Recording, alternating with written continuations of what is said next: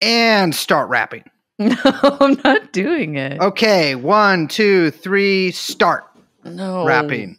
This is I can't rap this. The first line is my name is Coindexter. I'm not Coindexter. You are. What's the second line? No. What's the second line? Nice try. You've already started rapping. You've done the hardest part. No, I feel like I'm not going to rap. I feel like that's not right. You can just like talk it. Like okay. You can, like my name is Coindexter and I'm in the coin space. Got kicked out of my old apartment for selling MDMA on MySpace. I'm the motherfucking pangolin of Wall Street, giving Chinese flu to these crypto dudes. Wiggy wiggy I can't do it. No, finish the line, Liz. Finish the line. I spent a really long time on this. Finish so good. Finish the line. You're still doing so good. You typed out wiggy wiggy. Remember the I'm a nasty woman. Okay. Channel her.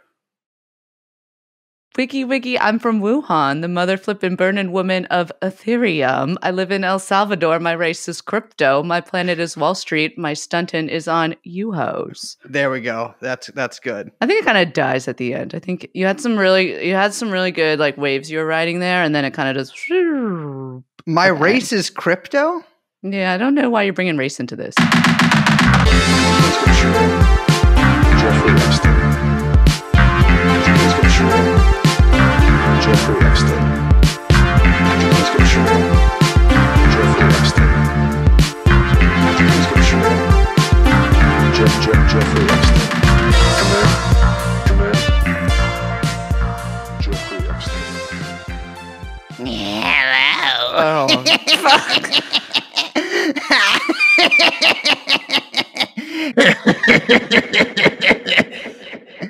Hello, Liz.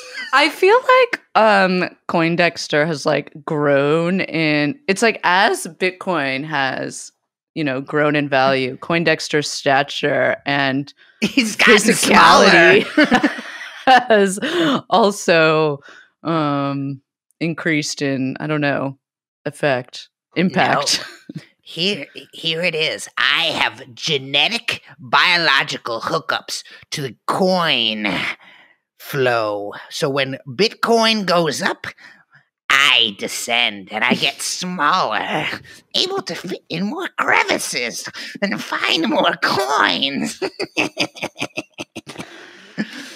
I've been living down here in El Salvador. Hola. Okay. This is going to get weird real quick. Hello, everyone. Let me just touch your face. I'm Liz. My name is Coindexter.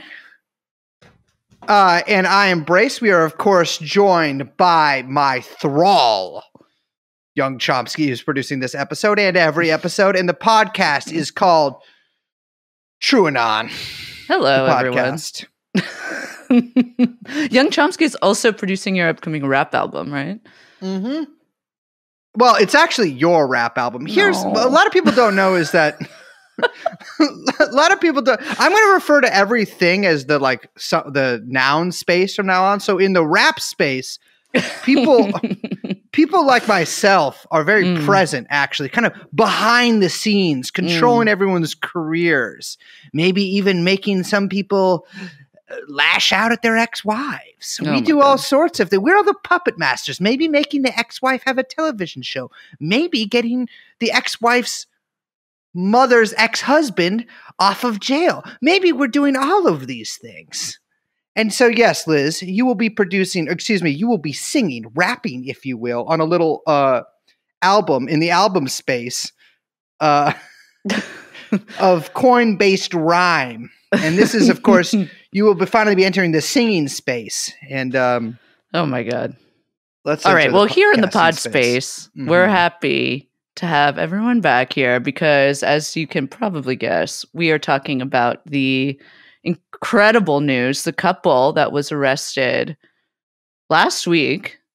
Last week? Yeah, about a week ago, they were arrested for allegedly laundering over $5 billion worth of crypto from the Bitfinex hack back in 2016.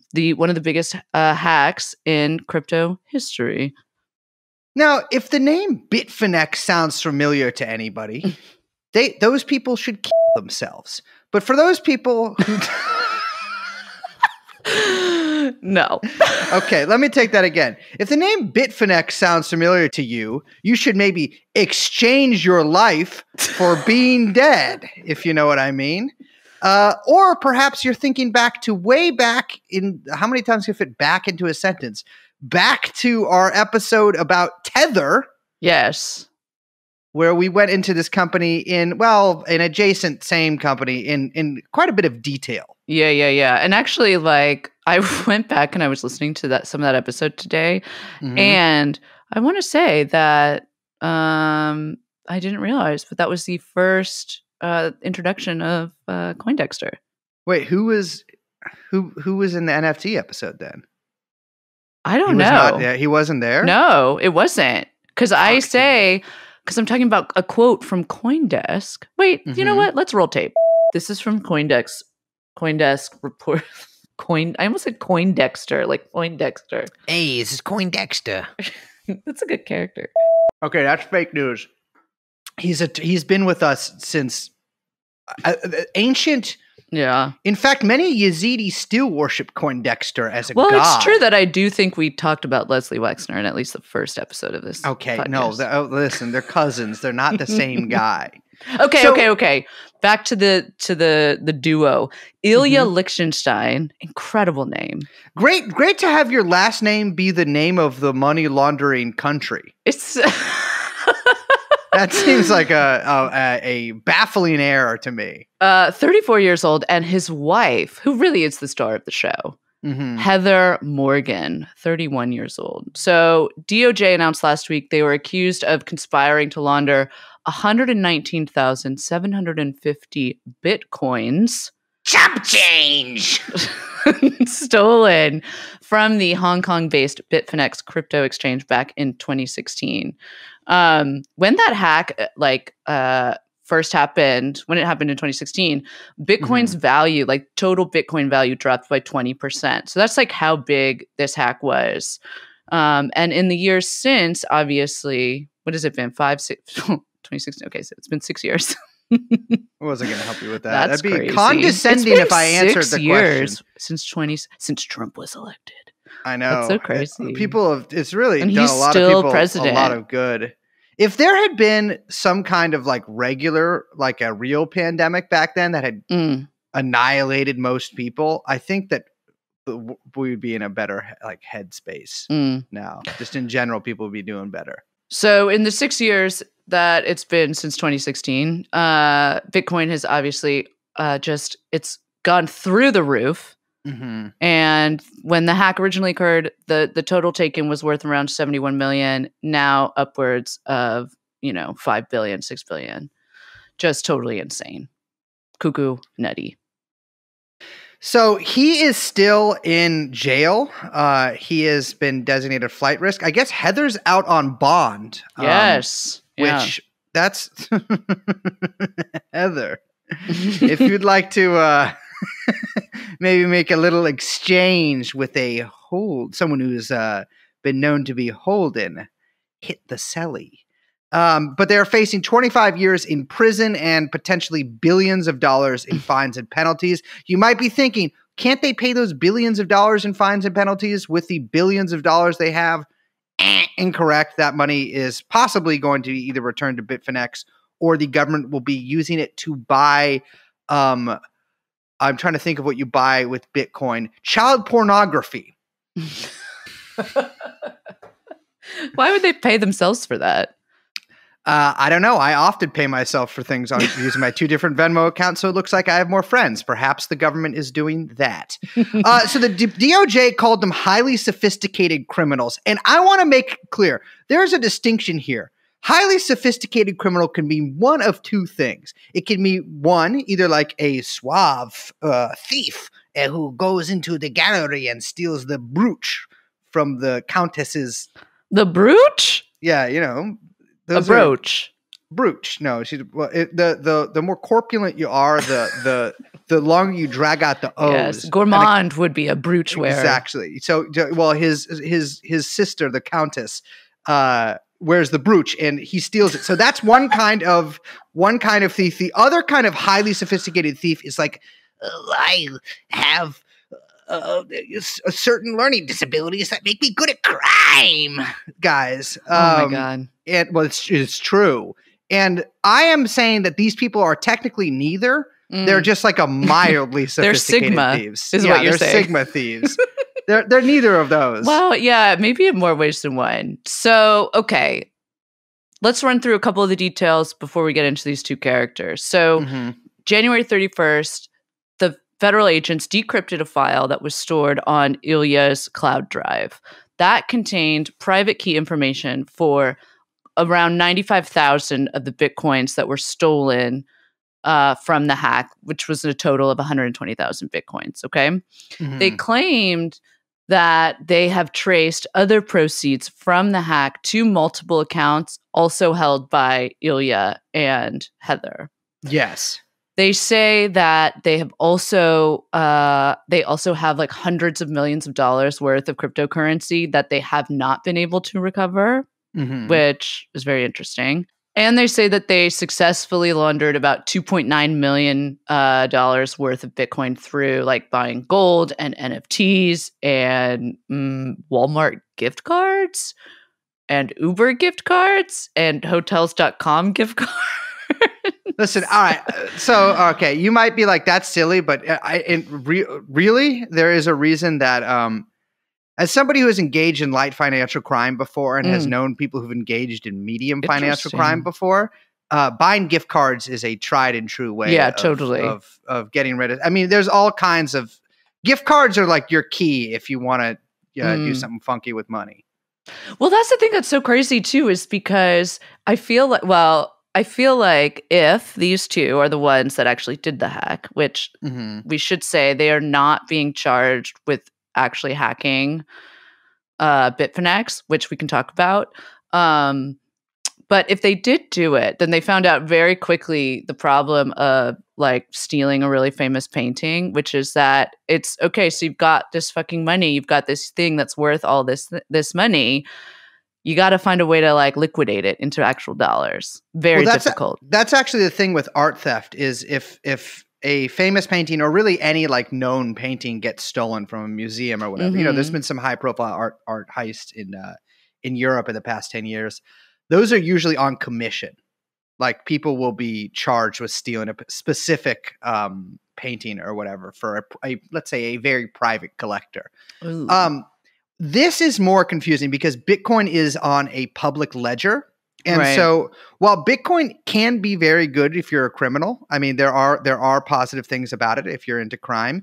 Actually trafficking in hot and notoriously hot Bitcoin like this is actually rather difficult because unlike a private bank account, which also the government, can see where that goes too, not just the government can see where your money is moving around, but anybody can see where your money is moving around. Yeah. But we're going to get to that in a little bit. I think that we got to talk about putting a Bitcoin in the jar every time she says it. But we really are, though. We are. But first, we got to talk about these two because basically the internet went completely nutty on this bitch, Heather Morgan, a.k.a. Heather Rahan, a.k.a. Razzlekhan. So I think there's sort of been a lot of I'm going to say it, misinformation out there about this woman. I've seen a lot of people calling her cringe, and I want to be totally clear with people is that's not a word that really works for her. That's not like I don't know. I mean, I'm 32. I haven't thought a lot about the specific definition of cringe and the way it's used on the internet, but I know it when I see it. And this is something beyond, not even beyond, it's just in a different realm than that. I don't know if you remember back to 2011. I actually literally don't because I was on a lot of drugs back then and hence don't have a very good memory. I remember you in 2011, I think. I was high. But I remember in 2014, I was looking past all the stuff that I missed and I realized that people who use the internet a lot and specifically people who had business on the internet had developed some sort of horrible pagan culture where they went out to the desert and burned effigies of human beings. They dressed in long, fuzzy socks, and sometimes they put these socks in their arms. They had strange sex with each other, and they used rap slang in a sort of arch way, but also had the voice of a nerd. And Heather embodies that, but then takes it to a level times 1,000. So she's not cringe. She's actually a woman out of time. I would have, if I did not know better, I would have thought this woman stepped through a door straight from 2010, 2011. Well, that makes sense because that is back in fashion now, that era. I mean, this really is the quirked up shorty that our culture deserves. Yeah. She's more quirked than this is more quirked than I think anyone was ready for. I mean, people were like, quirky's kind of back. That's cool. And then they saw Heather and they're like, no, close the doors. We're not ready for this. Like, we, shut it down. Yeah. Well, it's like when people are like, oh, I love rap because they listen to Drake and then they hear like a real rhymesmith like Liz on the mic and they're like, whoa, this is a little too gangsta for me. Too raw. So her LinkedIn bio starts off with a quote, "With words and software, you can write your own destiny." And then it's signed initials HRM with nerd emoji, pen emoji, laptop emoji. Now, I'm going to go ahead and assume that HRM is Heather R. Morgan, aka her. So she's quoting herself in her LinkedIn bio. It continues. Heather R. Morgan is a serial entrepreneur, prolific writer, irreverent comedic rapper, and investor in B2B software companies with high growth potential. Since age 4, math and writing have been two of Heather's favorite things. Heather is passionate about building B2B enterprise software that improves productivity while delighting users. She is currently focused on building software that combats the rampant increase in fraud and cybercrime. Okay, well, there's a lot to digest there. First of all, I can't help but notice that she uses my terminology, which is B2B, brace to bitch, which is when I pay a woman money to leave me alone. But it seems like what she's doing here is she's almost foreshadowing her own downfall, which is something that we see with Heather quite a lot. I mean, Liz, you spent actually, let me rephrase that. You're a lady, which means that it's okay for you to spend a lot of time on other ladies' Instagram pages. Yeah. So I'm not going to say you spent way too long, but you spent too long for your own good on her Instagram Well, page. I also got on that thing before it got taken down. So I don't know if her family did it or she did it when she got out of holding or whatever, but or when she got out on bail. But she was, I mean, it's like real normie photos. Like this is like a normie SF tech person. I mean, by that I mean there's nothing normal about her, but it would be like her posting photos of herself getting like Mendy tattoos on her hands and, visiting Thailand, but in the like Hyatt, huge Hyatt hotel and hiking in Bernal with her parents and like cocking her head to the side and making duck face, like thinking that she's like doing quirky pose. And it was just like, she's kind of like Crazy Eyes, but it was all sort of like that soft burner tech SF way who is like a Yelper and has like superstar Yelper badges and goes to meetups and listens to Krayshawn and has a like cocked like fitted cap and is like totally random and loves like Cards Against Humanity. I don't know. She also wrote a bunch of freelance columns for places like Inc. and Forbes. Which like a lot of people made big noise about this one column she wrote, which is experts share tips to protect your business from cyber criminals. In it, she quotes this guy, Matt Perella, who at the time was the chief compliance officer of this company called BitGo. Now, remember that name because we're going to talk about them in a little bit. But what a lot of people didn't pick up is that, funny enough, prior to this guy working at BitGo, and again, she quotes him, interviews him for this piece on how to protect your business from fucking cyber hackers, aka Razzlekhan. He worked at the Department of Justice for over 22 years. And not only was he at the Department of Justice, he was the head of the CHIP unit, which stands for Computer Hacking and Intellectual Property. That's what CHIPS was about? Yeah. No, so it's like literally the woman who allegedly laundered like billions of dollars of Bitcoin from the most famous hack in cryptocurrency history.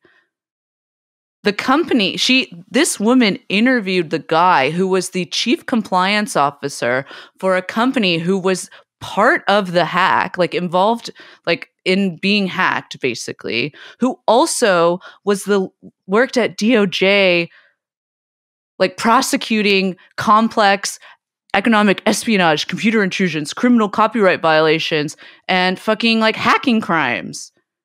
Yeah, he prosecuted or tried to indict members of Anonymous, right? Yes.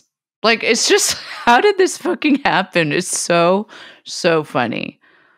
I mean, I can't believe they got those guys in those funky little masks, too.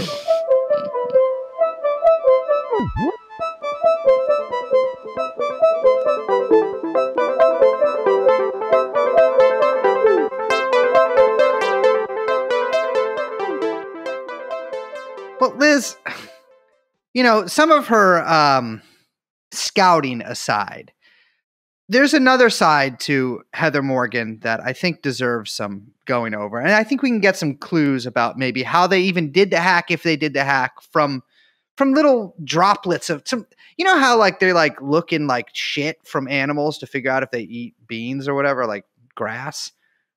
You know, Yeah, like what? okay. What, Mhm. Yeah, we can look at her, let's say, song space type output to see what kind of things she put out there. So she has an alter ego, which is the sign of somebody who is She has a couple, really, actually.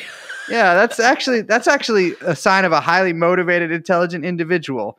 Her main one, let's say her main alter, is Razzlekhan. So, Liz, can you give us the little Razzlekhan rundown here that she herself has put out? Razzlekhan is like Genghis Khan, but with more pizzazz. Now, side note, I'm always saying what Genghis Khan really lacked was pizzazz. Yeah, that was the one thing missing. She's a fearless cynic who is here to speak her mind, call out bullshit, and share her wildest synesthesia. How do you say this? Synesthesia. Synesthesia. I thought all girls dreams. just knew how to pronounce that. What is that? Okay, I'll explain it to you after you finish reading this. Okay. Razzlekhan is a mascot for misfits and underdogs everywhere, showing them it's okay to be different and be yourself, no matter how unconventional that may be. Raz is basically a mix of Hunter S. Thompson and Diane Arbus with a sprinkle of Tom Green. I would say she's more like somebody that Diane Arbus took a famous picture of, if you know what I mean. Those are the most geriatric millennial-ass references I've heard in a long time, too. All right. Hunter S. Thompson and Diane Arbus. Oh, my God, girl. So, baby doll, synesthesia. I assumed you would have known this, but I'm kind of glad that you do not. You know how, like, when people are weird, they're like, oh, I'm different. I'm weird. Like, I'm not like Yeah. They're looking for their quirked up qualities. Yeah. It's like if being a manic pixie dream girl or being talk about Tweet coming back too random or any of these other kind of like strange, like artsy adjacent type personalities had a disease. That disease would be synesthesia. People who say they have synesthesia, which by the way is made up. I don't care if you can. But I'm sure that some fucking dumbass out there is going to send me a link being like, no, it's actually real. No, it's made up by people who want to seem weird. It's no coincidence that everybody who has synesthesia, which by the way, I wish was terminal, is also the most crazy, weird, mixed up person in the world too. Synesthesia is where you see music and you hear color and you taste the rainbow. It's like plur meningitis. Like it's raver's syndrome, essentially, even if you're not a raver. Yeah, wait. this is like Tumblr Munchausen's. Yes, absolutely. Anyways, if I could taste her music, Liz? What would it taste like? I've only eaten ravioli for like the past 12 years, right? Like, I don't know. So I guess it would taste like bad ravioli. Oh my God. She makes music for the entrepreneurs and hackers, all the misfits and smart slackers. Yes. She's posted like hundreds of videos to YouTube, TikTok, Twitter, Instagram. She's basically posting them everywhere. Razzlekhan, man. Prolific. Unbelievable. Some really, like, I will say, the production quality, pretty high. Pretty expensive. I would actually very much disagree with that. You don't think so? I would say the production quality is. Are you talking about like if her? I think they threw some money at the project, is what I'm saying. I think that she made I think her music videos were shot with like a DSLR or something, but it seems like she either made the beats herself or somebody very close to her, possibly who, you know, might have been suffering from either playing in the NFL for a really long time or perhaps being a professional boxer, made these beats.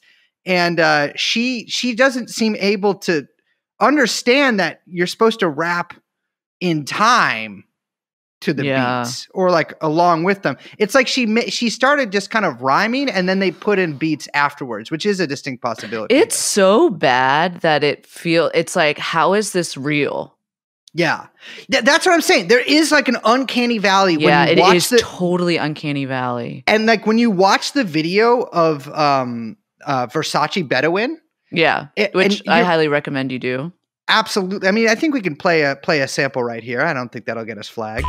Spirit of a revolutionary, power of a dictator. Love to be contrary, but I'm fly like a gator.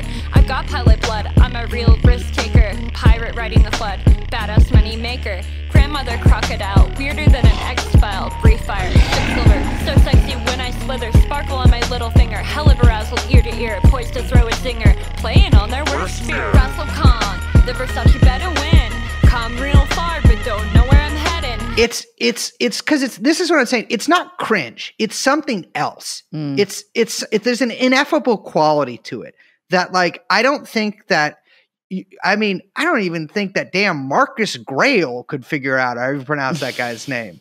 I mean, this lady is this is a new, this is I would like to see him try though. I would like to read that. This is a new genre of music. This is a new genre of music. She's pushed through cringe. She's moved through it. We broke on through. Yeah, we're on the other side, baby. The feds actually in one of their memos quote her rap lyrics as proof of her sophisticated matrix-like hacking abilities. And this is actually one of the lines.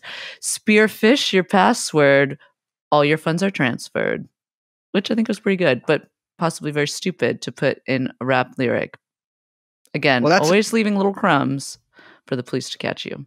Yeah, I mean, that is actually the sign of a cool criminal is when you just give hints. I don't feel like enough criminals do that. I know, they don't. It is kind of a throwback. There's another aspect. She also keeps referring to herself as like a hoe, and like she makes constant reference to her like hoe-y qualities. But one look at this woman, I'm pretty sure she's only had sex with Ilya. I mean, there is something, it's like you almost want to be like, oh, you're like a kid or something. Like there's like a childlike quality to her. There is. That is not like, that's what I'm saying. Like it's not cringe. It's like a baby. She also gave, she sort of tried to market or position herself as somebody who would socially engineer. Now, socially engineer, I actually, Liz and I had a conversation about this the other day in which I said I would look up when people started using the term. I did not do that, but, I did. You did? Yeah, I did. When did it come into currency? When was it minted? Well, it was actually like from some horrible social scientist, like German social scientist at the turn of the century. Remember when they were doing all of the kind of like which century? Sorry, turn of the 20th century. Okay. Where it was like they were, or sorry, turn of the 20th century, where they were kind of coming up with all of these sort of executive managerial systems. Yeah. It comes out of that. So it comes out of like describing new sort of it's like a technocracy. Like it comes out of the like technocratic movement kind of. But then I stopped reading about it because I got bored. Well, I can tell you this. It is a term that nerds use when they want to say manipulate or trick. Yeah. And the way that a lot of people use it, and it's like big into like, do you remember before hacking just meant like working for Google? People try to be like, you can hack your way into anything. And like hackers were these people who were like the movie Hackers. Yes. Like they were always like, you put the quarter in the fucking pinball machine, but you got a little fucking thing tied to it. You can just play pinball forever. Like, but you could do that for anything. She's like someone who never lost that 1995 like hacker ethos. And so she tried to parlay this into like a kind of another part of her public persona. In fact, probably somewhat parlayed this into her private crime persona too. But I watched a talk that she gave, which was excruciating, which was how to social engineer your way into anything. And it's blah, blah, blah, blah, blah, blah, talking about herself. She starts by having the host play Versace Bedouin. This is totally unrelated to the entire rest of the talk. The audience is given no context for what this is. She raps along, and then inexplicably the music is shut off at her direction, and she stops rapping. She introduces herself as an expert on cold emails, which in real, I don't know how to say real life, but in her non-crime life is ostensibly what her company did, which I guess means sending someone an email being like, do you want to There's just like it's like a cold call, but it's software? Cold email. Yeah. And she says she got her writing jobs at Inc. because she also wrote for Inc., which is one of those websites like Quartz where I'm like, who's reading this? Who's booting up Quartz or Inc.com? Oh my God. Like CEOs from 2016. I don't understand it. Through cold email. So she got that through cold email and social engineering. She says she did research on Forbes staff, which I cannot think of I've done research on some journalists before, found out their addresses, kids, wives, all that kind of stuff, what time everyone's at school, blah, blah, blah. But she apparently did this to parlay herself into writing like, they're like blogger columns. So like she doesn't actually write for Forbes, but like if you annoy them enough, you can write like a listicle for them. Yeah. She's a freelancer. Exactly. But like even sub freelance, like I doubt she was actually paid for any of these. She says she's a former economist focused on game theory. And what does that mean? ... And those ellipses are there because I put them there. A lot of black markets. And that is something that comes up with Heather over and over. She makes a lot of hay in that she was in post-revolutionary Egypt during the Arab Spring and was and also at other places in North Africa and focused on black markets and anti-corruption. Now, I'll be real with you. I know a lot of our like more like slow listeners will be like, she worked for the CIA. No, I'm sorry. This is somebody who is my spidey sense is going off in the opposite direction. She didn't even do what she didn't do that, not even for herself, let alone for the CIA. She also wasn't an economist. She got her master's in, I believe, in economics at the University of Cairo. And that she was there studying during the Arab Spring. She's not a fucking economist, though. Yes. Actually, you can just, you know what? Yeah, I'm an economist. What is the actual, it's like being a doctor, you have to have like a thing from the hospital that says you're a doctor. No, but I just think like, you're not. But I am, though. Like, that's crazy that you say that. Because actually, the markets on your being right have taken a sudden downturn. So she says that she likes to social engineer a lot in some of the places that she's infiltrated. A palace in Cairo, which it appears she just hopped the fence to. The Maury show, she's wearing a wig in that and says that she went as her alter ego, Charlene. It appears that she might have just gotten tickets to the Maury show, which are free. And a Chinese wedding, meaning that she was probably staying at a hotel and walked into the event space where they have weddings. She was a wedding crasher. Exactly. And so I don't know why you would want to social. This is the tech rationalist like so annoying. It's like social engineering, but it's like, no, you're just like you're just crashing a wedding. You're not like, they come up with these like insane terms that they have to use that then they use to market like all these steps to do all these things. Like I'm thinking through all these mechanical steps. 1, 2, 3. This is how you get into hacking life, blah, blah, blah. But it's like, you're just doing normal. This is just, you're a shitty con man. That's it. Yeah, and well, she says another thing she used. It's like a big part of this was researching and gathering intelligence. And one of the examples that she gives is to scan someone's social media profile. Which, again, I mean, I don't know why you would need to give a talk on this, but I do think that this is a bit of foreshadowing for how, if they did, they might have actually got their hands on the way to get this Bitcoin in the first place. We should talk about the other guy in this little crime duo, Ilya Lichtenstein. So there's a lot less information, publicly available information on him that I could find. He goes by the name Dutch.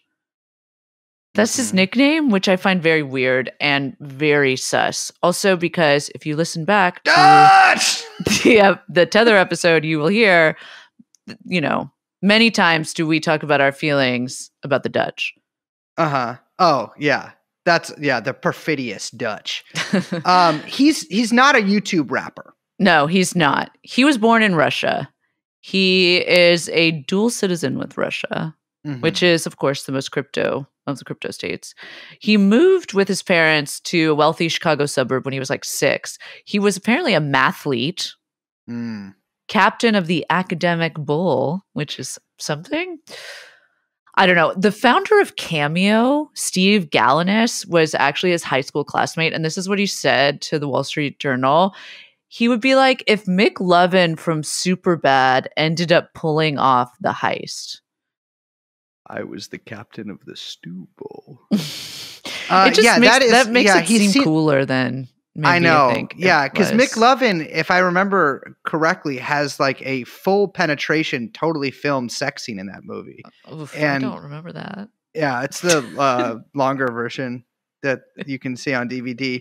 And this guy seems like just an average sort of run-of-the-mill nerd. Oh my God. He had he's a software engineer, and he actually, less clear with Miss Razzlekhan here, but he actually did code. Yes. Yeah, he had a background in coding. He went to, he was like an alumnus of the allegedly prestigious Y Combinator tech incubator. So that gives you a clue of the kind of people that's the kind they were running with. Let me just say, wait, hold on. Let me see if I can do this reference right. I would like to turn that tech incubator into a baby incubator in Kuwait during Saddam Hussein's invasion there, if you know what I mean. Oh my God. He also ran a Ron Paul fan site and sold nootropics online. So this guy, let's not pretend that he doesn't have one or two things in common with his wife here. And he co-founded a data ad tech startup that got money from Mark Cuban, Donkey of the Day. Yeah, he claims at the time to have been working on what he described as the first decentralized cloud wallet for virtual assets. It was a company called NPass. Now, the CEO of that company, Heather Morgan. That's like the kind of thing that I'd tell someone, like if I'm too ashamed to tell someone, but like I do a podcast, I'd be like, yeah, I'm actually starting like the first decentralized wallet for certain assets online so that they'd stop talking to me. Yeah, totally. But these two, I mean, they dated for, I think their lawyer said about 7 years. But they recently got married just last year. He actually proposed to her, I swear to God, this is true, through a, quote, weird, creative, multi-channel marketing campaign that included like her hunting down posters of Heather's face as Razzlekhan that were like wheat pasted up all around New York City. And he fucking bought Times Square digital billboards of Razzlekhan for the proposal. That's insane. Most of the time when I've tried to do something with a woman, I've had to go around to post offices and take down pictures of them. They got married in Culver City, which I put 3 question marks next to because it's like, why did she get married in Culver City? She got carried down the aisle in a Moroccan palanquin while the final countdown played. long song too. The Jesus final Christ. countdown. That What is is the this- most like I'm so random. Like walking down the aisle song ever. I hate There it. should be. I think that there should be like certain laws to where like, okay, if you get married, you can only come down the aisle to "Here Comes the Bride." That's it. Like it's illegal to play any other song because people pick. Don't get me started. Big surprise. I don't get invited to a lot of weddings, but I've seen some weird songs that people play at their fucking weddings and walk down the aisle too. He liked a tweet on December 30th that says, "My password manager has over 200 usernames and passwords saved for different sites with quote sign in with ETH quote and quote connect wallet quote end quote. I only manage one private key. Making an account at every website doesn't make sense. Making just one account and bringing it with you does.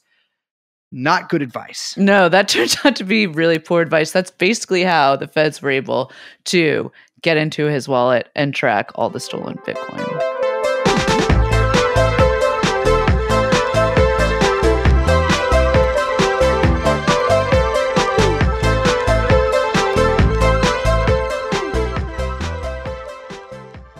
So let's hit the rewind button here and go back to the greatest year of any of our lives, 2015, and then into 2016. Yeah. So we got to talk about Bitfinex for a second. So reminder, Bitfinex is a shady ass crypto exchange that's also run by the guys that run the Ponzi scheme / alleged stablecoin Tether. Mhm. And to truly understand how Bitfinex works, you need to understand Tether, you understand both. Really do recommend our episode about that if you want to go back and listen. But to rewind a little bit, in 2015, Bitfinex's hot wallet gets fully drained. At the time, they were only operating in beta, so they were like, "Oh, we're still working stuff out. Sorry about that." And it really wasn't that bad of a hack in terms of liquidation. They said that only 0.5% of their total coins were taken, which at the time was like $330,000, which Yeah. they basically were like, "Okay, we're just going to absorb the loss as a company. Don't worry about it. It's really small." And they were like, "Okay, users, don't be scared because actually we have 99.5% of all of your coins in these multi-sig wallets. So don't worry about that." So around the same time that this happens, Bitfinex was also hit with fines from the CFTC, the Commodity Futures and Trading Commission. And they Don't wanna do basically, that. yeah, you don't want to do that. They had been offering illegal derivatives. They were basically selling Bitcoin futures contracts on the exchange. And so to get in line with the CFTC, they had to put everything they had into not just multi-signature, but segregated wallets. Now, multi-signature segregated wallets, what does that mean? This is a kind of complicated exchange infrastructure, but basically it makes it so that it's tougher to withdraw and it requires way more steps, aka more security for each wallet. Okay. So the way that I understand it is like it's with multi-sigs. It's like, and I had to watch. I have had to look at a lot of visualizations for this, but it's like if I have one key, the company has another key, and then someone else has a third key, Mhm. and we need to combine all of those keys together in order to like drain the wallet. 2 out of 3 keys. 2 out of 3. Yeah. So in order to like complete these multi-sig wallets, like this kind of to create this new infrastructure, they actually partnered with another company to do it. They used their API, and it was a company called BitGo. Do you remember them from earlier? The I guy, do remember. the compliance officer that Heather interviewed for Forbes. And I want to make a little asterisk point for all the haters out there. We'll get to that later. Guess what, asshole? We just got to it. Yeah. So you're right that it requires multi-signature approval. And the way that worked is that so every user on the exchange has their own, now would have their own address on the blockchain. So they could check at any moment to see the amount of Bitcoins that they thought they had at any given point. They're there. Like, oh, this is my unique address on the blockchain. I can see my Bitcoins here. And in order to withdraw from those wallets, like you said, you needed multi-sig approval. And so you don't need all 3, but you would need 2 out of 3. And so you would need one of these combinations, a customer plus Bitfinex, customer plus BitGo, or Bitfinex and Bitco, right? And the way that those signatures, we say signatures, but you could say API keys. It's just like a program that's sent that gives approval, right? Mm-hmm. So BitGo, as an additional kind of safety / kind of liquidity measure, has a withdrawal limit for each individual wallet. So theoretically, now, by the way, that limit would be controlled by a different key than the key used to give approval to withdraw from the wallet, right? So theoretically, you would need 2 different keys to give approval to withdraw and to raise or lower the withdrawal limit. Gotcha. Okay. Now, in August 2016, a hacker, or perchance a pair of hackers, perhaps a pair of hackers romantically linked, were able to gain access to a Bitfinex key and then additionally to the Bitfinex / BitGo API key. So first, they were able to signal from the Bitfinex BitGo API key that they wanted to lift the withdrawal limits. So I think like whatever the withdrawal limit was, let's say it's at like, it wasn't, but let's say it was like 100 Bitcoin. The first thing they do is say, boom, here's the key to signal that we're going to raise it to unlimited or whatever, right? Yeah. And then they're able to signal via the Bitfinex key that they want to move and drain the contents of that wallet into another wallet. And not just this one wallet on the blockchain, but now this other wallet on the blockchain, and this other wallet on the blockchain, and this other wallet on the blockchain, draining all of those different multi-sig segregated wallets into one other wallet that the hackers controlled. Does that make sense? It does. Yeah. So they took a little bit of money or a bunch of money out of a bunch of different wallets and then put it all into one big wallet. Yes. And so they were able to initiate over 2,000 unauthorized transactions. And that's when close to 120,000 Bitcoin gets taken off of the exchange and into out of those multi-sig wallets and transferred into a single outside wallet. Mm-hmm. So one thing I want to note before we move forward is when this hack happened, a lot of people, and I think we even talked about this on the Tether episode, a lot of people assumed that it maybe was coming from inside the house at Bitfinex. Yes, and that wouldn't be so unusual for them. They are a let's say, less than savory bunch. Yes, and the reason they assumed that is because of the nature of the hack, right? Is because the hackers had access to these API keys that it was real confusion how they were able to get that unless they knew someone in the company or they themselves worked within the company to have that kind of access. Now, the same day that this hack happened with Bitfinex, there's not a lot that we know about the hack. All of the things that all of the kind of steps that I just walked everyone through, like that was kind of gleaned from information that Phil Potter gave. I think it was Phil Potter gave, who himself was the head at Bitfinex. But one thing we do know is that they appointed a brand new CTO the same day of the hack, which is an incredible man named Paolo Ardino. Like if you are on crypto Twitter, you obviously know who he is. He's just remarkable character. But the hiring of a brand new CTO at that moment, when, by the way, like again, Bitcoin, this is the biggest hack, one of the biggest hacks, if not the biggest hack in Bitcoin history. There's been larger ones, but this was one of the most impactful. Like Bitcoin's total price plunged 20% when this happened. I mean, it's like fucking famous. To bring in a new CTO signals that maybe, someone fucked up and they needed to bring in someone new, replace someone. Someone had to be fired because someone had been compromised, perhaps from some phishing or spear phishing attacks. We don't know.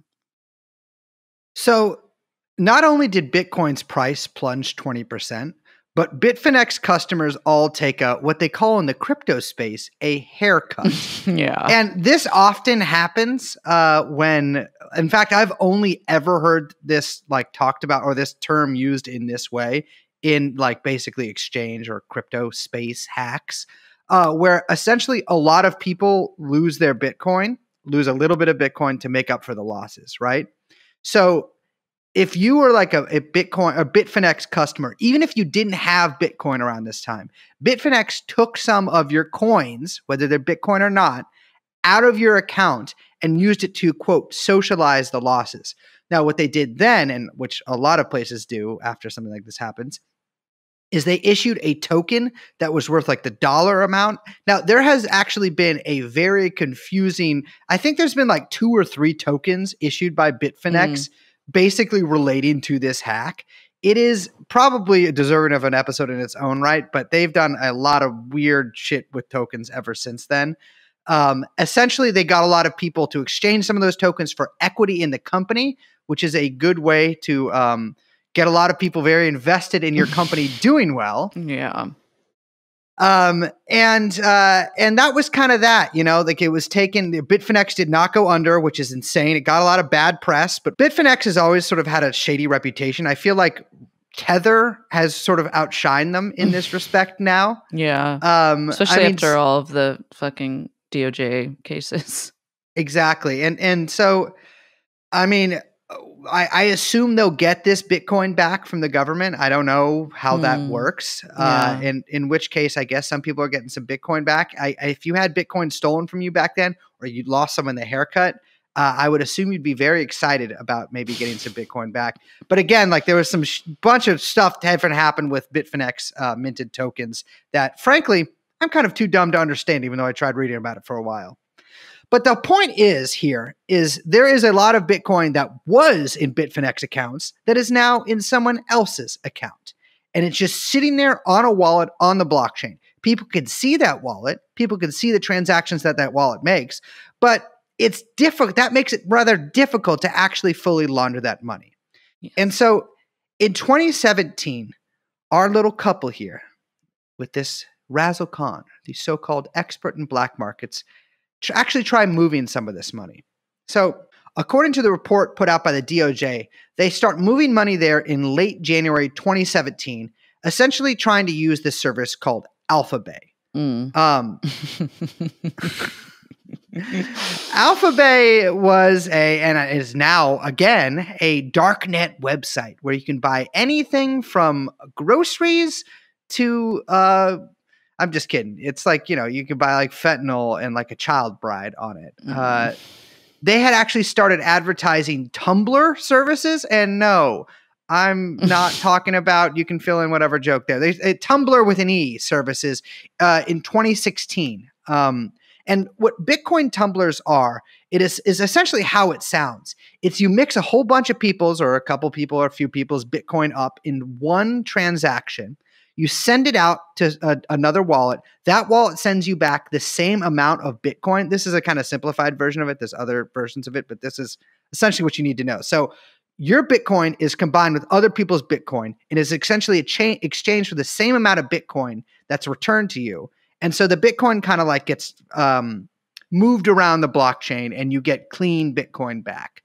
They did not actually launder a whole ton of the money back then. They were kind of doing it in dribs and drabs. And that comes to a crashing halt when in July 2017, the FBI agents crash through the gates of the Alphabay admins complex in Thailand, a guy named Alexander Kazas, and arrest him. Unfortunately, Alexander was still logged into his computer when he came outside and was arrested, and he was doing like a reboot, I guess, of the Alphabay page, and so like nothing was encrypted, and the feds got access to every single thing. I didn't realize that's how they got that. Yes, he just had his computer. Yes, it's so good. He died in jail of a so-called suicide the next week, and it should be noted that a lot of people in sort of the dark web space do not believe he committed suicide. They believe he was murdered.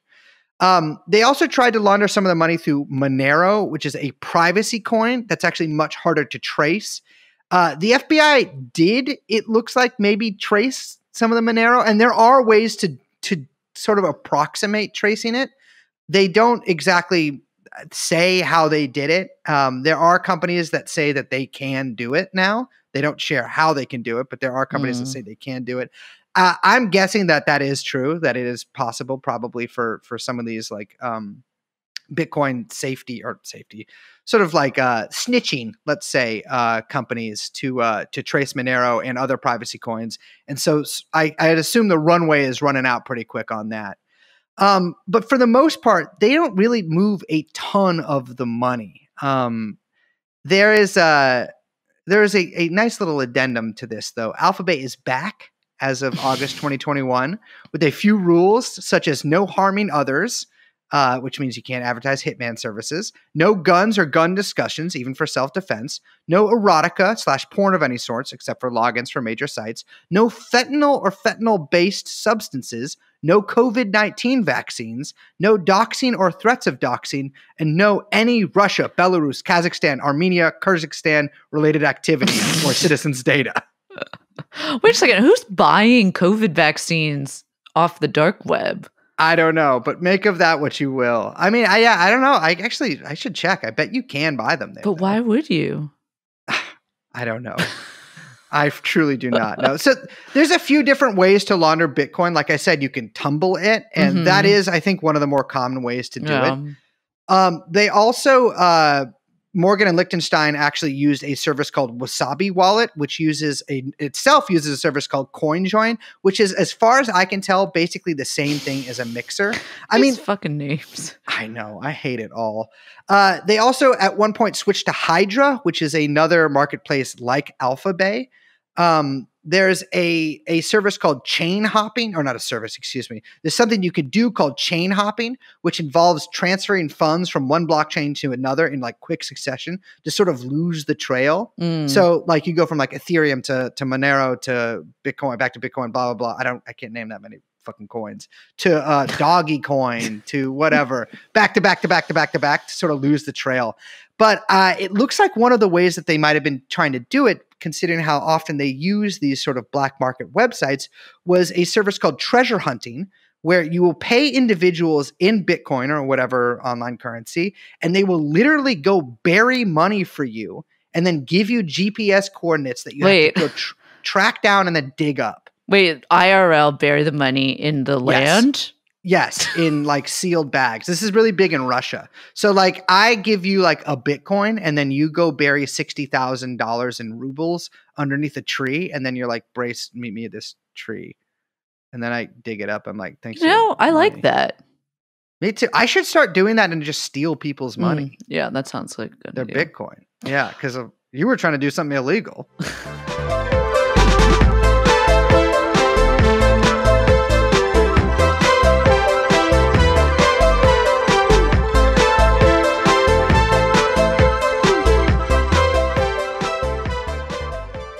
Okay, so how did the feds find these guys? So obviously, like you said, the seizure of Alphabet had a lot to do with it. It seems like this case probably comes directly out of that.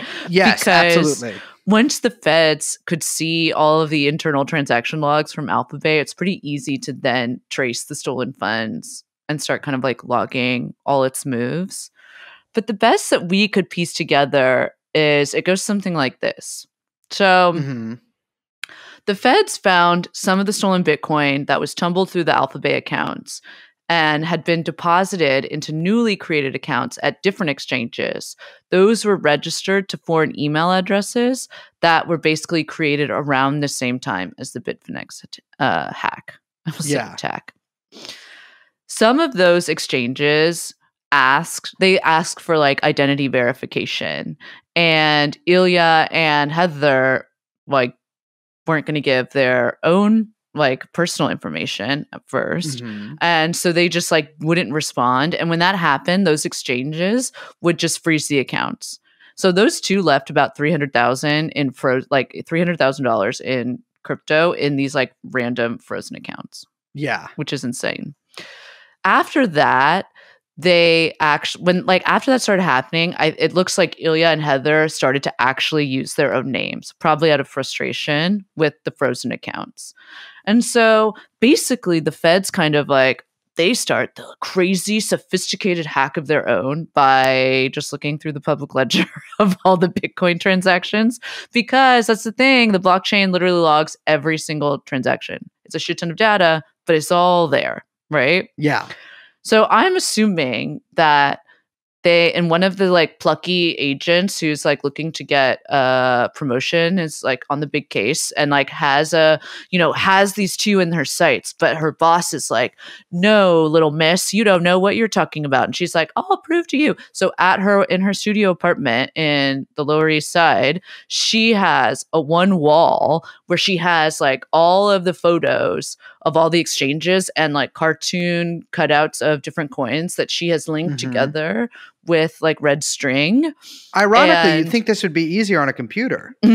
Basically, what this little plucky detective finds is a cluster of Bitcoin addresses that catches her attention and sees that in May of 2020, a fraction of Bitcoin goes from that cluster to an exchange that sells prepaid gift cards.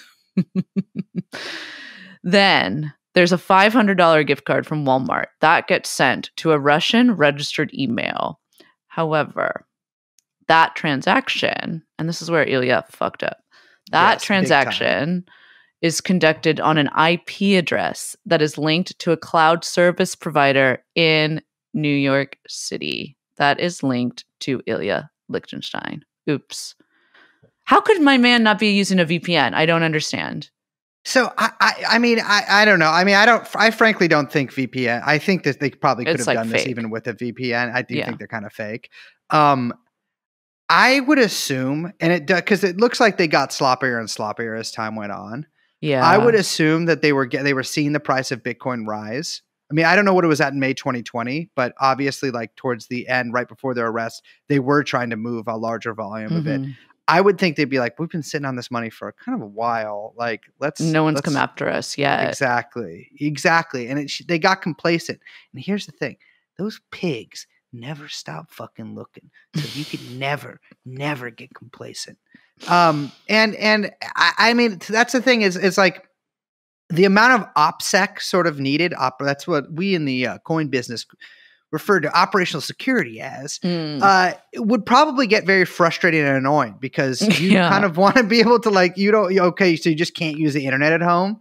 You know, like you got to go to like, but you can't, that's the thing. You can't, you literally pulled off the biggest hack in cryptocurrency history. Like, turns out, buddy, now you can't use the internet at home. That's like the trade-off. What you should do is you should fly to Russia and then take a bus to like, I don't know, Mongolia and use the internet there. Yeah, internet cafe, bro. Yeah, exactly. Yeah. But yeah, it looks like he really just wanted that $500 Walmart gift card, probably to buy himself some damn fucking Fritos. And that really like that fucked them up. So they, in early 2021, they actually get a notice from their internet service provider that a grand jury has requested records related to them. And that's never a good. No. I'll be real. If I was them at this point, I'm out. You're grabbing the go bag and you're getting on the plane. Which is so weird. And it turns out that the feds actually had requested a warrant back in August of 2020. So they had really kind of narrowed in on them. And I swear to God, by the way, this is a direct quote from the U.S. magistrate, the judge who approved the warrant. They said, cryptocurrency and software analytics tools are the wave of the future, dude. 100% electronic. Yeah, I read that to the like pushing through the cringe of this entire case, the fucking judge who issues the warrant is referencing The Big Lebowski. Remember how much cultural heft The Big Lebowski had once upon a time? Like in like, I would say like 2008. I mean, people were trying to elevate it to like Rocky Horror Picture. Yes, I think they succeeded. I think they did succeed. Yeah. I've had a White Russian, believe it or not. I have. It's disgusting. Why would anyone drink that? They should check out this. They should call that a Black Hundreds because it's something that Jews shouldn't be able to have because it makes our stomachs hurt. Oh my God. Because it has milk in it.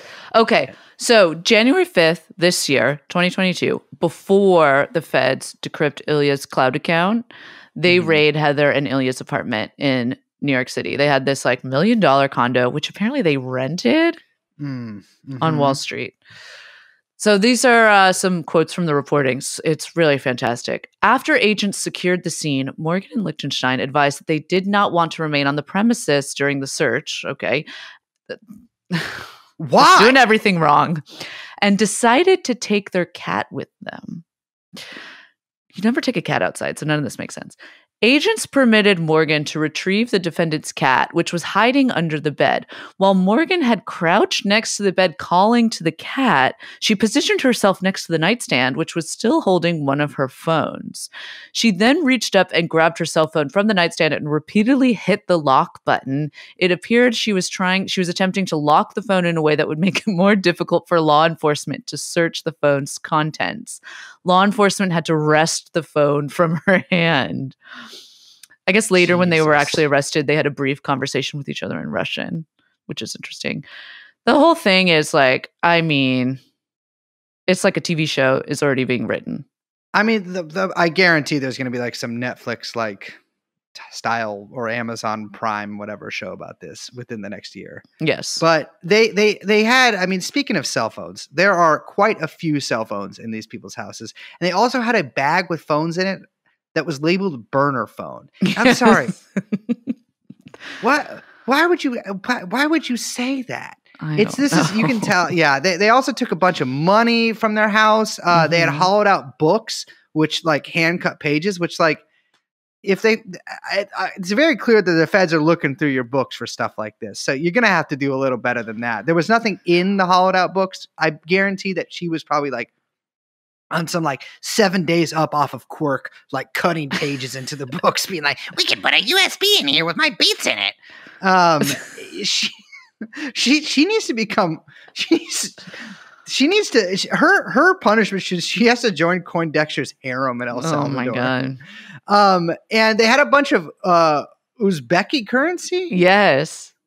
There was like a photo where they were like a substantial amount of foreign currency, and I was looking at the currency. It was like in plastic bags, and I swear to God, it was Uzbeki, which is very weird. Now, keep in mind, this is like weeks before they actually got arrested, and I'm telling you, at this point, I'm leaving the country. Yes. I know that like if they use their passport at an airport, they probably would be arrested. And I think the feds also took a bunch of fake identity papers from their house. But still, they could have tried. I mean, yeah, I don't know. Apparently, Heather had a medical procedure scheduled and like a set recovery time that would have like made it impossible for them to travel. But also, and the feds mentioned this while saying like while they weren't worried that they were going to flee. They're like, oh, there's this huge storm coming and it's going to make it basically impossible for them to leave, which is pretty funny. Well, my real main question with this is if I had participated in stealing or at least had access to this insane amount of money in Bitcoin, I am fleeing to a country which would not extradite. Oh, weird, because Russia would not do that, and he's a fucking citizen. No, and so it is sort of like, and she's married to him. Astounding to me that like they actually stayed. Like I would have left back in 2016, back in 2017. Like they traveled to Eastern Europe. Apparently traveled to go do some shady stuff there. But I would have stayed there at least until I was sure. I mean, I would never be sure I was in the clear. But I certainly would not just stay in my rented. Because, all right, yeah, $1 million condo. But like, how much does $1 million buy you in condo on Wall Street? You know, I don't think they weren't exactly living in a fucking mansion. If they were renting, they can leave. Yeah. So basically, in between the raid and the arrest, the feds were able to get access to the information they needed from the search in the apartment to then decrypt Ilya's cloud account. And that's where they found like a huge spreadsheet with listing all of the different accounts, including a bunch of the accounts that had been frozen. Like you can see the screenshot of the spreadsheet and it's like, address of the account. And then it says like, in green, frozen, no identification, and the amount of money that's still in the account. It's like really, really incredibly organized. There was also a folder named Personas with a subset folder named Passport Ideas. Wait, I'm reading here. Racial Jake? Yeah. The gourmand? But this is like the other Dexter thing himself? I don't understand. It's like, bro, how do you have your like iCloud account that's attached to your name? You just have all of this in one location. Like not like in the cloud, not even on like a hard, USB stick, like just like digitally kept is like completely and totally insane. Here's what you do. I mean, that's the thing. I keep thinking, again, like this is obviously like a lot of extra steps and it's going to be a fucking nightmare logistically, but like do this, I don't know, by hand or something on different pieces of paper and then put them somewhere that's not your house. Yeah. And make hard backup copies because even with your password to your iCloud account or something, it's like, although I mean, I guess if it's Apple, if it does or not, we don't know if it's not. It wasn't Apple, but it was a cloud service. But it was a cloud service registered to his fucking address. Exactly. And whatever cloud service, they probably would let the feds in anyways. So of course, yeah. But so that's why you just don't store it there in the first place. I mean, it's ridiculous to me that they did. Yeah, so the feds get access to over 2,000 addresses where almost all of those stolen Bitcoin had been initially first moved from the hack. So the feds seized all the coins in the wallet. It was about 3.6 billion, and they move it into a new wallet. And it's so funny that happened on the 31st and on the 1st of February. And at the time, there are tweets from people who were following it and are like, following when like tracing the government seizing this and being like, wait a second, who just moved all of this money from the Bitfinex hacked funds into a single wallet? Was this the feds? It was. And so that leaves us with today. I'm very excited to see how this trial will actually end up, but we do have some sort of unanswered questions with these pair of just gems. Yeah. I mean, the real big question is, did these two do the hack? And I have to say, I think they did. Yeah, I think it's possible. I was initially, having not looked at anything about this, I was like, no way. Yeah, me too. I think I even texted you. I was like, okay, I finally read about it, and now I think they did. So I originally assumed that they had maybe bought the money from somebody, and like from somebody who just didn't want to launder it, just like give me 10 million Bitcoin or whatever. 10 million in Bitcoin. Like they were paid to like try to move it or something. Or either someone paid them to launder it, which I don't know why you would pay them and not someone a little more professional, or they had purchased sort of the rights to launder it from somebody else. In order to keep like a percentage of it or something. That sounds a lot less likely to me now.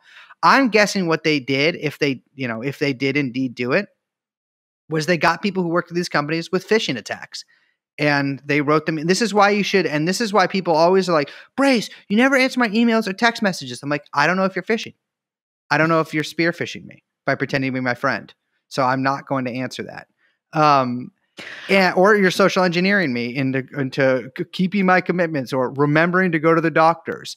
But I am assuming that if they did do it, it was this matches up with what we know about the hack. Right? Yeah. I mean, that's the whole thing. I mean, I know maybe it was boring, but to walk through when you actually understand how the hack happened, you can see it's like, oh, like this shit is as dumb as it sounds. Like she fucking probably manipulated her way into we knew she knew people at Bitco, talking to people either at Bitco or at Bitfinex, either emailing, you send one email with one fucking phishing attachment, Word doc, someone opens it, boom, you get access to a whole bunch of things. Yeah. And you're off to the races. Like the hack wasn't very complicated. It seemed like Bitco, I mean, if Bitco and Bitfinex had the same, like if they had not changed the API keys, like if both the Bitfinex and the Bitco API keys were the same, which is totally possible, then they would only need one. Yeah. Like it could just be as simple as that, which is like, I think it's so funny because there is like, even this sense, when we were initially talking about it, it's like you hear hacking, you hear all this stuff, like blah, blah, blah. Yeah. And you think it's like, bum, bum, bum, bum, bum, in the mainframe, like, so crazy. So like, it's like, oh, I'm Nick Land in Beijing and Shanghai, like hacking the mainframe, whatever, like cybernetics, wow, future. But like, no, it's like a girl in a fitted cap that says 0 fucks with like fake gold teeth like fucking sending you an email being like, I'm your grandmother, please call me back. And like getting fucking $80 billion in Bitcoin. Like it is this stupid. Like all of this is this stupid. You know what I mean? And the thing with that too is like you can actually buy a lot of hacking tools on the internet too. So it's not like they didn't even have to like necessarily construct this like software or anything. They could have actually purchased it and had a little bit of know-how and then used it to steal this. So yeah, I think it's entirely within the realm of possibility. And it's so fitting too to have this like giant heist in this space being perpetrated by two. I mean, he's a non-entity, you know, like if you breathe on this guy, your breath would probably be more substantial than his body. But this woman, like, and her ghost that she's married to, you know, these people are totally emblematic of what you think of when you think of like Bitcoin. And it's funny because Bitcoin people have actually moved on from this in terms of cringe. Like these aren't even Bored Ape people. Yeah. You know, like she loves NFTs, of course, but like she does not have the Bored Ape profile picture. Like they're stuck in some weird sort of. Are they in a liminal space? Yeah, and yes, they are. You know, they're the hallway between the past and the future, and it's. I don't know. I don't know how to describe her. I feel like if I saw her, I would gaze at something so powerful, but so powerful in such a strange, eldritch kind of like arcane way that I feel like my eyes would explode and I'd be transported back blind with caverns where they used to be into a field in Southern California. And a large man looms under me. Like it's maybe, you know, remember when that guy ran into the Burning Man and killed himself? Yeah. Do you ever think that maybe I'm like a looper? I never saw a looper, but I've seen the trailer and I kind of get the concept of it. Maybe my looper is that like I you know, like I really get into being Poindexter and like I do something like sexually with like her vagina or whatever. And then like that, when that happens, I go back to my past, but I'm older in the future. And I'm so freaked out, but I'm blind because of my eye thing. And I run and kill myself in the Burning Man. Do you think that is good? Do you think that could happen? I mean, absolutely.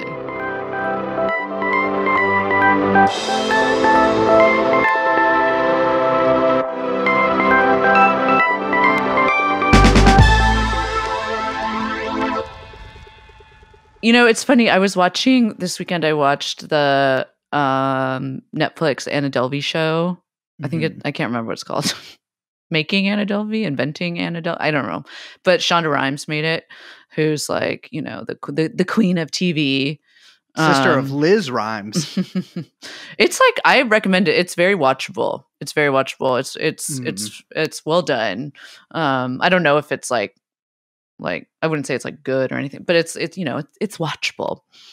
But it's funny because I was thinking back to that and like remember that was in like 2018, I think, when that happened, 2017, 2018, and there was just like a fucking like torrent of media, New York Mag, you know, think pieces, New York Mag style, but it was all over the place about like the summer of scam and like, scammers and you know, everyone's a scammer. It was like Anna Delvey and Elizabeth Holmes and Firefest. It was like all three of these things kind of converged at once. Yeah. And everyone was like celebrating the scammer as this like, you know, this is the kind of, you know, this says something about society kind of like moment. Like and it was materialism. so funny. Yeah, totally. It was so funny. Like putting that in contrast to the reaction to Razzlekhan, which was like, oh no, like, what is this? Like, no one felt good or was like happy about what they saw. Like, these are the people, this person like pulled up the biggest fucking heist well, they didn't pull it off because they're in jail, but you know what I'm saying? They had the biggest fucking heist in cryptocurrency history, and no one felt good about like what they saw. They were like, this is not the scammer that we want. This is not Anna Delvey. This is not Elizabeth. This is not like someone we can like sympathize with. This is not someone of us. Like, this is just like something worse. And it's so funny, like seeing that, I don't know, the difference there was like kind of shocking to me because, or not shocking, but just like notable. like it seemed like some kind of tide had turned where this person, it was like, oh, the scammer is like not made for TV, actually. I agree fully with everything you just said, except for that last part, because this is definitely, I think it was optioned literally the day after the news. Yeah, no, it will be for TV, absolutely. But I'm not sure this is the hero that you're going to be rooting for. No. That's the thing. This is, well, I think with Heather, with Razzlekhan, she breaks every paradigm that actually mankind has constructed in the past 4 years. She's raceless. She's sexless. She is beyond based and cringe. She makes music that we can't name. She has money, but we don't like believe that she, like, part of, I think everyone still just doesn't believe that she could have actually done this. She's a CEO with like no real company. I mean, she is somebody that, like, it's almost like if a being from the future tried to approximate what a human being from 2013 was like, and then came down here, and she's going to change. She's like Encino Man. I never saw that either, but I'm guessing that she's like that. But you understand how it works. Yeah. Yeah, she's pure Sigma. She really is. Mm-hmm. And she will be mine. I have already logged on to my Onion website and put in a bid for her. Soon she will be on a C-17 down to El Salvador, where she will join me in all of my coins. Ding-a-ding-ding-a-ding-a-ding. Is that the dinner bell? No. That is simply my butler ringing 2 coins together to hearken the Ethereum to my door. And with that being said, I hate that Poindexter rolls the R's in El Salvador.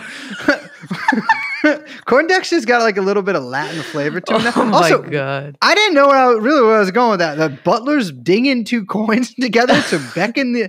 What does that mean? No one knows. This is that's the Poindexter space, and I'm unfortunately not a part of it. No. Well, my name is Brace. I'm Liz. We are, of course, as always, joined by producer Young Chomsky. This has been TrueAnon, and we'll see you next time. Bye-bye. Jeffrey Epstein. Jeffrey Epstein.